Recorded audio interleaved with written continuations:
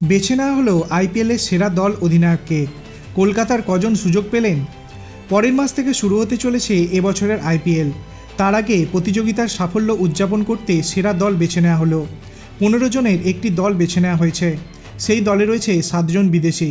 তবে নিয়ম অনুযায়ী প্রথম একাদশে 4 জনের বেশি বিদেশি খেলানো যাবে না। অস্ট্রেলিয়ার ব্যাটার ডেভিড ওয়ার্নার এবং বিরাট কোহলিকে বেছে নেওয়া হয়েছে 2 ওপেনার হিসাবে। ইউনিভার্সাল বস ক্রিস গেল খেলবেন 3 নম্বরে। মিডল অর্ডারে রয়েছেন সুরেশ রায়না, এবি ডেভিলিয়ার, সূর্যকুমার যাদব এবং মহেন্দ্র সিং ধোনি। হার্দিক পান্ডিয়া, রবীন্দ্র জাদেজা এবং কায়রন পোলার্ড থাকছেন 3 অলরাউন্ডার হিসাবে। রশিদ খান, সুনীল নারিন এবং যুজবেন্দ্র চাহাল হলেন 3 স্পিনার। জোড়ে বোলারদের মধ্যে রয়েছেন লাসিথ মালিঙ্গা এবং জসপ্রীত বুমরা। 2008 সালে শুরু হয়েছিল আইপিএল। তার 16 বছর পূর্ণ করছে এবারই। এই দলের অধিনায়ক হিসেবে বেছে নেওয়া হয়েছে ধোনিকেই।